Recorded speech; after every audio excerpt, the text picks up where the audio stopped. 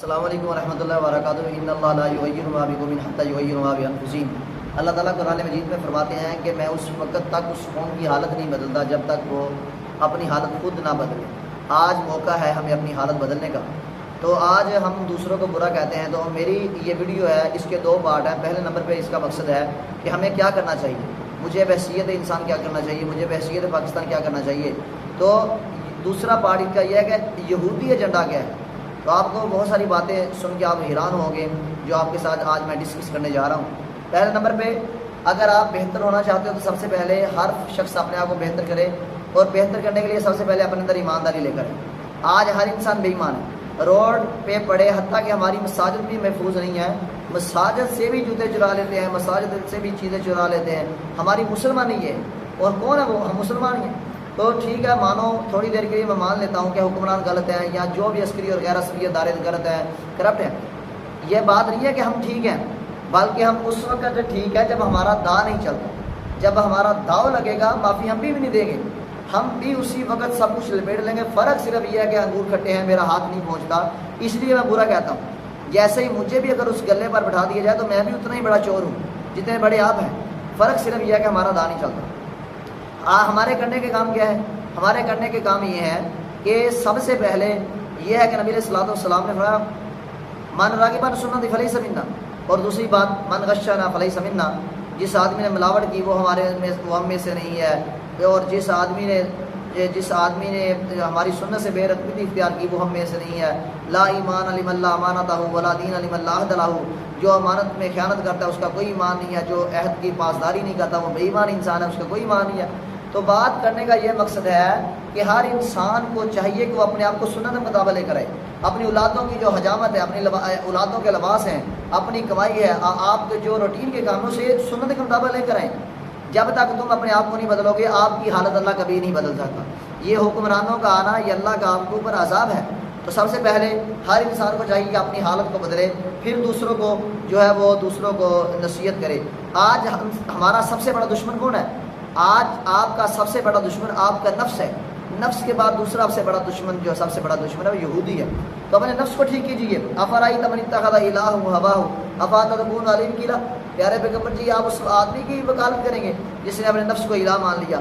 تو سب سے بڑی وجہ یہ ہے، اگر اپنے معاشرے کو ٹھیک کرنا چاہتے ہو، اپنے ملک کو ٹھیک کرنا چاہتے ہو، سب سے پہلے وانذر عشیرتک الاقربین، پہلے اپنے آپ کو، پھر اپنے رشتہ داروں کو، اپنے گھر والوں کو، پھر لوگوں کو۔ دوسروں کو برا کہنے سے پہلے اپنے آپ کو دیکھیں کہ آپ صحیح ہیں، کہ آپ ایماندار ہیں۔ بے ایمانی کے اعتبار سے ہم پہلے نمبر پہ ہیں، اور ایمانداری کے اعتبار سے ہمارا 160 نمبر پہ ہمارا جو ہے وہ ہمارا سکہ نکلتا ہے۔ تو جس قوم کا تعلیمی معیار گر جائے وہ کبھی بھی ترقی نہیں حاصل کر سکتی۔ اس کی مثال دنیا میں موجود ہے۔ جاپان کے اوپر جب ہیروشیما اور ناگاساکی کے اوپر بم گرایا گیا تو بعد میں ان لوگوں نے یہ ڈیمانڈ کی کہ ہمارا نظام اگرچہ آپ لے لیں، لیکن ہمارا تعلیمی نظام جو ہماری زبان میں ہونا چاہیے۔ سب سے بڑی تباہی کی وجہ آپ کا تعلیمی نظام ہے جو آپ کی زبان میں نہیں ہے۔ گھر میں ہم پنجابی بولتے ہیں، اسکول میں اردو بولتے ہیں، اور کتابیں ہماری انگلش میں۔ سب سے بڑی وجہ جو آپ کا تعلیمی جو نظام ہے آپ کا تعلیمی نظام آپ کی زبان میں ہونا چاہیے۔ اس کے اوپر ایک مہم چلائی جائے کہ ہمارا تعلیمی نظام ٹوٹلی طور پر ہمارا تعلیمی نظام جو ہے وہ ہماری زبان میں کیا جائے۔ جب تک آپ کا تعلیمی نظام آپ کی زبان میں نہیں ہوگا، آپ کبھی بھی ترقی نہیں حاصل کر سکتے۔ اور اگلی بات، آپ کے ملک میں آپ سارے کے سارے ٹوٹلی طور پر ایسے لوگ جس کی اکثریت جو ہے، جس کا ایمان نہیں ہے، وہ مشرک ہے، عقیدہ نہیں ٹھیک۔ آپ نے اندر اپنے ملک سے شرک کو ختم کیجیے۔ شرک کو جب تک ختم نہیں کرو گے، جب تک شرک کے اڈوں کو ختم نہیں کرو گے، آپ کبھی بھی ترقی نہیں کر سکتے۔ آپ کے اندر ایمان ہوگا، آپ کے اندر توحید ہوگی، اللہ پر ایمان ہوگا، اور اللہ کی ہر بات پہ یقین ہوگا، اس وقت آپ ترقی کر سکو گے۔ آپ کی تدلی کی سب سے بڑی وجہ یہ ہے کہ آپ ڈرتے ہو ہر ایک سے، آپ کے اندر ایمان نہیں ہے۔ اور تیسری وجہ آپ کے اندر جو سب سے بڑی وجہ ہے وہ سودی نظام ہے۔ سودی نظام، سود کی بہت ساری قسمیں ہیں، اور سود کی ایک قسم ایسی ہے، سب سے ہلکی قسم جو سود کی، کہ اس آدمی نے جس نے سودی نظام کیا، نبی علیہ الصلوۃ والسلام نے فرمایا ایسے ہے جیسے اس نے اپنی ماں کے ساتھ منہ کالا کیا۔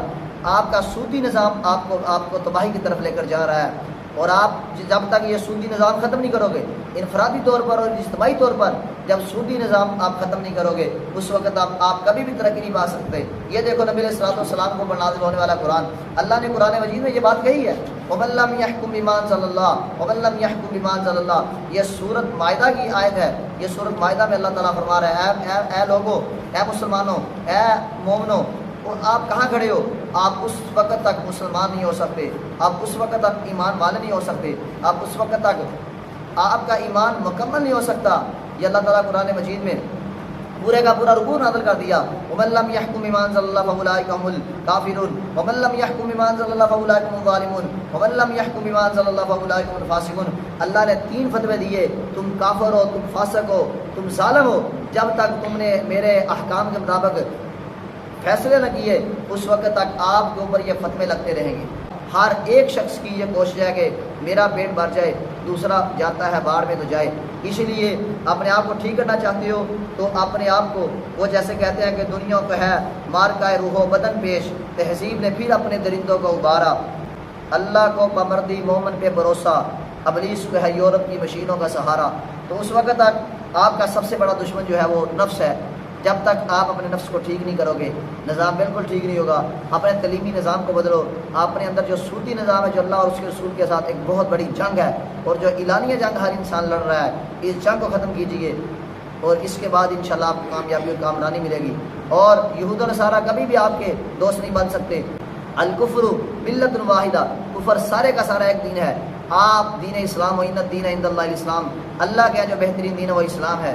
آپ مسلمانوں اگر چاہتے ہو ترقی ہو ہمیں، آپ چاہتے ہو اگر ہم غالب آئیں تو اپنے اندر ایمان لے کر آئیں۔ ایمان کو لانے کے لیے شرک کو ختم کرنا ہوگا، اپنے اندر سود کو ختم کیجئے، اپنے تعلیمی نظام کو اپنی زبان میں کیجئے۔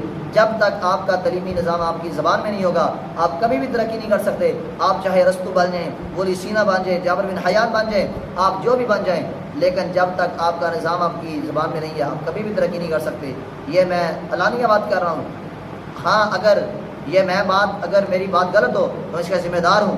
جن قوموں نے ترقی کی ہے ان کا تعلیمی نظام ان کی زبان میں ہے، انہوں نے ایمانداری کے ایک مثال کام کی ہے، اللہ نے انہیں پھر عروج بھی دیا اور وہ دنیا کے اوپر راج بھی کر رہے ہیں۔ اللہ تعالیٰ عمل کی توفیق عطا فرمائے۔